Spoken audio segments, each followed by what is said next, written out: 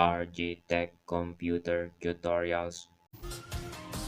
Hi guys and welcome to my channel, and we're talking about useful tips if you have a new laptop or computer.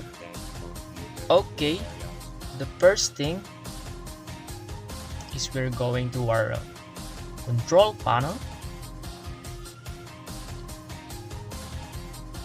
and under the category choose small icons, then choose system, then select system protection,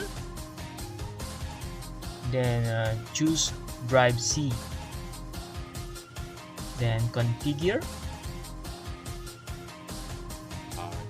So if you haven't set this before, you see here turn on system protection. Click on that, then set the maximum usage to 30%.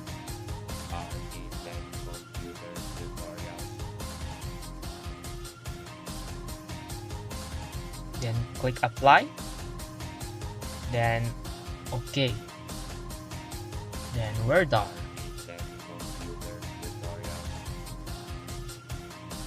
Okay guys, what's also the part 2 of this tutorial, and let me know in your comments and other suggestions so I can post it in my upcoming videos.